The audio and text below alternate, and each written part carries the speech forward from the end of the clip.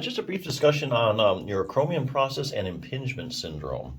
The term impingement syndrome became popular in the early 70s when an orthopedic surgeon by the name of Charles Neer found a connection between torn rotator cuffs and a acromion process that had bony outgrowths or hooks on their tips.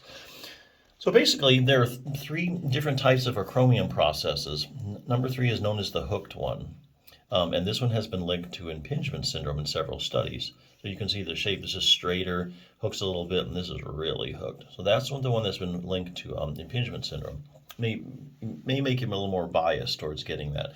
Based on these observations, Dr. Neer then proposed a theory that most rotator cuff tears were indeed caused by tendons rubbing against the outer part of the acromion process, as well as the ligament that is attached to it, called the coracoacromial ligament. Furthermore, he also found that the symptoms of impingement could be relieved in many cases by surgically cutting off the acromion process. This is called an anterior acromioplasty. So they just cut off part of it. Then it can't rub against anything. Years later, another study came out that showed a strong association between hooked acromion processes and rotator cuff tears. The impingement theory eventually caught on, and soon the anterior acromioplasty procedure became the treatment of choice for patients with impingement syndrome. While it indeed seemed for a while that most rotator tears were simply due to tendons mechanically rubbing on the bone, later research cropped up that raised very serious questions as to the simplicity of Dr. Neer's original theory. For instance, studies also show that there are a lot of people with normal rotator cuffs but abnormal acromion process that should be causing wear and tear. Okay?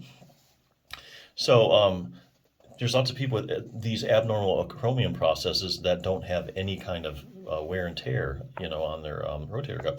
Tears on the bottom part of the rotator cuff are much more common than tears facing the acromion process. So if mechanical rubbing really was the cause of most tears, the side facing towards the bony acromion process should show signs of wear first. Randomized controlled trials show that patients with impingement syndrome can get better with just exercise.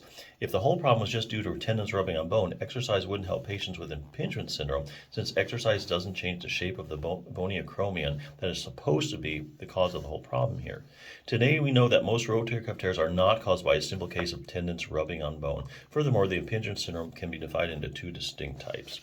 So anyway, so there you go. A little bit about acromion processes and rotator cuff tears.